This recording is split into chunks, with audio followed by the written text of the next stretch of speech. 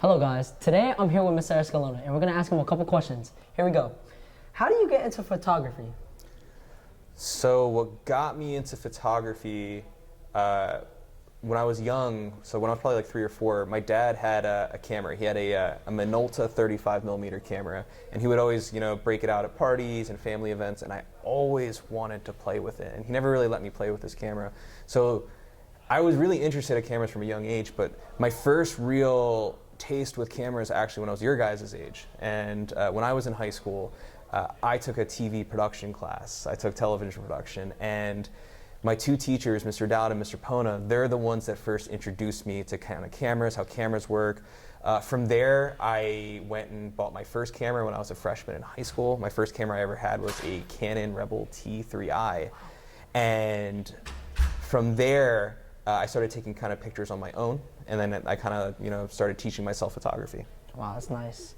Another thing is, how did you become an artist? So that kind of builds off of your last question. So when I was a senior and I was applying for schools, I knew that I wanted to do something with cameras. So when I was applying to schools, I was actually mainly applying for schools for film and for video. I ended up going to Rutgers' art school, which is Mason Gross. And when I was there, that's when I took my first ever actual photography class. And the guy that taught me, he was a grad student. His name was Emil. And Emil taught me everything that he knows about photography. And it was kind of in that class when I was in the darkroom that I got my first real taste of a photography course. And from there, I just kind of kept running with it. And then, from there, then I moved on. And when I graduated, I moved to New York City, and I was working as an artist and as a photographer. And then I moved to Los Angeles, and I moved to Philadelphia. And I've gotten a chance to work as a photographer in all those cities. And then, I slowly knew I wanted to teach, then I kind of worked my way back here. Oh, that's nice, that's nice. Another question is, what is your most memorable piece? So my most memorable piece. So if you asked me 3 years ago, I probably would have told you that maybe it was a picture that I took when I was in Spain, or maybe it was a picture that I took when I was in Peru, because I travel a lot, or Japan, or Iceland. But I would tell you that my most memorable piece, my most memorable photograph is probably the first picture that I took of my daughter almost 2 years ago. So that kind of trumps almost all other pictures I think I've taken so far. That's very nice. Do you mind if we show pieces of your art? Yeah, sure, come on in.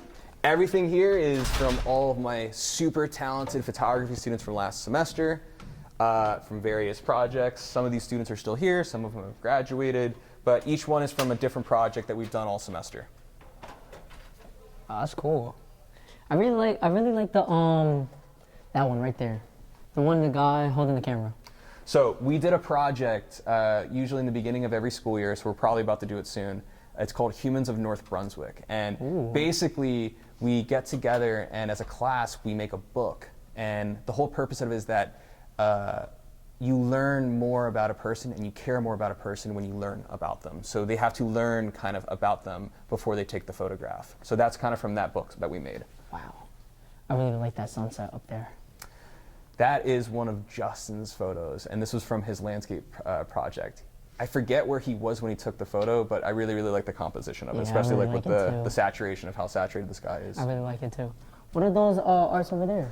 So, everything on that wall is every single person that has taken all of the classes here. So the rule of the room is that in order to get a brick, you had to have taken photo, photo studio, photo 2. If you've taken photo, photo studio, and photo 2, that means that by the time that you graduate, you get a brick that's on the wall. So every single person there has taken at least all 3 of the classes and have done well on it.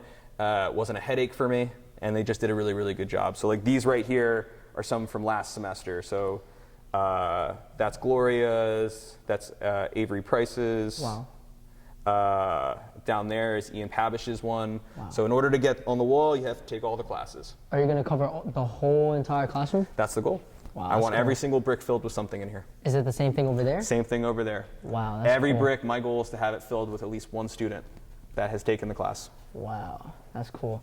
Well, thank you for interviewing with Mr. Escalona.